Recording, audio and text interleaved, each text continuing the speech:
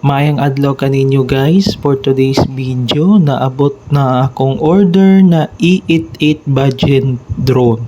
Napalit din ni nako sa Shein. Sa inyong nakita, naka-box jud ni siya. Dili naka-plastic kanang plastic og batasan.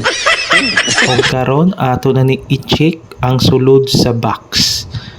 Maayo di ay naaday ni siya'y pakapit na bag case na para sa drone. Ato sad i-check kung unsay sulod aning bag o naraday atong drone di ay kini atong E88 drone. Sa inyong nakita, good condition ra siya. O mao day ni iyang remote control na naay antenna.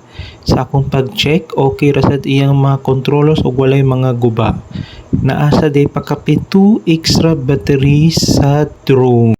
Nasa day siya extra mga tools, pareha aning extra blade katong ganing balabad sa drone.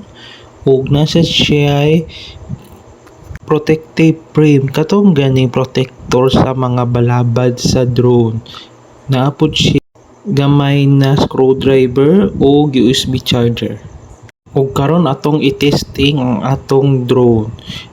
Advisable day na mag-practice mo ani kanang dakong hawan or like dakong lugar pareha ani.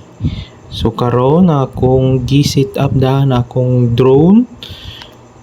For beginners, advisable na itaod yun yung protective frame para dili maguba ang atong blade kaning balabad sa drone. So ingani din yung pagtaod, dapat careful lang sa pagbutang ani. Dapat mahugot ni nato pagtaod na kaning protective key frame kay once din ni nato mataod og tarong mawagtang yun ni og ma-misplace ni kung asa ni siya matagak sa laing lugar. Nahuman na day ko pag set up aning mga protective key frame sa drone. Og karon ato sa ni ipadaplin og atong i-set up ang atong remote control sa drone. So check na to if naabay battery. By the way, ang battery dayaning drone kay AA na battery. O karon ato na i-on ang atong drone. Nara din sa center yung on button.